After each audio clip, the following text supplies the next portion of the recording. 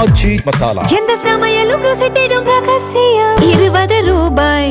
பாகிஸ்தானில் ஏற்பட்டுள்ள வெள்ளப்பெருக்கிற்கு இந்தியா திட்டமிட்டு நீர் திறந்ததே காரணம் என்ற அந்நாட்டின் குற்றச்சாட்டை இந்திய வெளியுறவுத்துறை அமைச்சகம் முற்றிலுமாக மறுத்துள்ளது.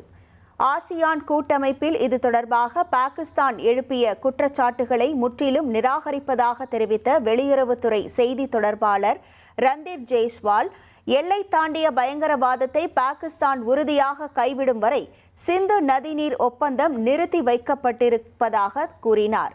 பாகிஸ்தானில் செயற்கையாக வெள்ளப்பெருக்கை இந்தியா உருவாக்குவதாக அங்குள்ள ஊடகங்களில் வெளியாகும் செய்திகள் முற்றிலும் அடிப்படை ஆதாரமற்றவை என்றும் அது இயற்கையான பருவமழை பொழிவதால் ஏற்பட்ட நீரோட்டம் என்றும் அவர் விளக்கமளித்தார்.